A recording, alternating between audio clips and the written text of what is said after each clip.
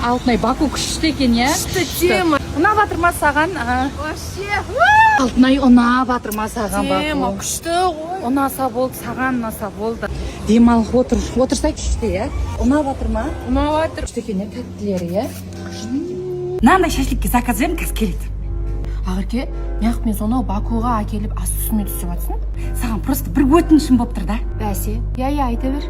Сендер Шымкентте, Уандентте балалардың тісін севаранмен емдейсіңдер ғой, оның ақшасы аз емес қой. Менде ерекше балалар бар, ата-аналар бар да, Инстаграмда.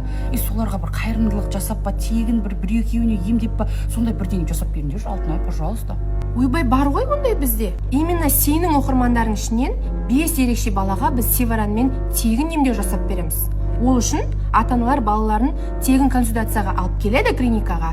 5 июль күні анықтаймыз. Осындай қайырымдылық жасап жатыр біздің клиника. Бір Шымкенттегі бір шайханаға бара салуым керек еді. А, не дейсің? Жеже, әшейін просто бір өлең есіме түсіп кетті да. Қыздар, шашлик дайын болды ма? Әкеңдерші тез. Шыны керек қой, ешқандай не жоқ.